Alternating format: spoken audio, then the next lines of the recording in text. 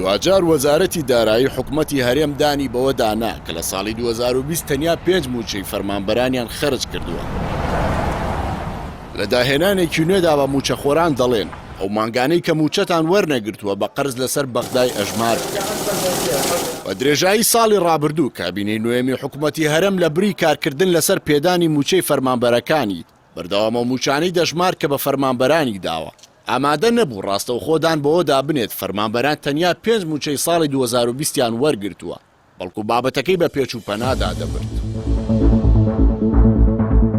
کۆتایی ساڵی ڕابردوو بەشی دیجیتال میدیای پەیام لە ئینفۆگرافیکێکدا وردەکاری دابەشکردنی موچەکانی فەرمانبەرانی بڵاو کردەوە کە تێیدا ئاماژەی بەوە کردبوو حکوومەت تەنیا 5 موچەی ساڵی 2020 فەرمانبەرانی خەرج کردووە کەچی وتەبێژی حکومەت بە زمانێکی زبر کەناڵی پەیامی بە بڵاوکردنەوەی زانیاری ناڕاست تۆمەتبار کرد.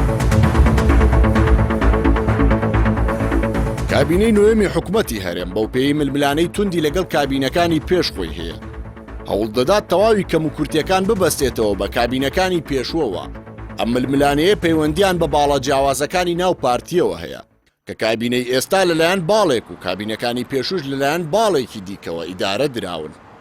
پەیوەنددار بە ژمارەی ئەو موچانەوە کە کابینەی نوێم دابەشی کردو. حکومەت بەردەوام لە کەناڵە فەرمیەکانەوە ڕەتی دەکردەوە کە 5 موچەی دابەش کردبێت. کەچی ئێستا دوای تێپەڕبوونی چەند مانگێک گەرخودی وەزارەتی دارایی حکومەت دانی بەو ڕاستیەدا ناوە. لە نووسراوێکدا دەڵێت موچەی 7 مانگی ساڵی ڕابردوو بە قەرز لەسەر بەغدا ئەژمار کراوە. بەڵام موچە فوتاوەکانی ساڵی 2016 و 2017 لەسەر حکومەتی هەرێم دەبن و بە موچەی شایستەی نەدراو ئەژمار دەکرێت. ئەمە لە کاتێکدا بەپێی ئامارەکانی خودی حکومەتی هەرێم ساڵی 2019 حکومەت زیاتر لە 15 ملیار دلار داهاتی نەوتی و نانەوتی دەستکەوتووە. لە 2020دا هەموو داهاتی نەوت و ناوخۆ بۆ خۆی بووە کەچی نەیتوانیوە موچەی فەرمانبەران لە وادەی خۆیدا دابەش بکات و لەو 2 ساڵەدا نزیکەی نیوەی موچەکەیانی نەداوە. لە کاتێکدا لە ساڵی 2019دا بە بەراورد بە ساڵانی 2011 و 2013 کە موچەی فەرمانبەران بە تەواوی لە وادەی خۆیدا دەدرا ڕۆژەکانی وەبەرهێنان لە گەشەکردندا بوون و داهاتەکە زیاتر بووە.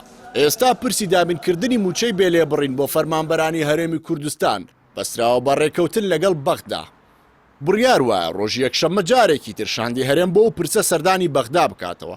ئەگەر ڕێکەوتنێک بۆ هاتنی بەشە بودجە لە بەغداوە نەکرێت جارێکی دیکە حکومەتی هەرێم موچە خۆران دەخاتە بەردەم مەترسی موچەی 2 مانگ جارێک و لێبڕین و نەدانی موچە.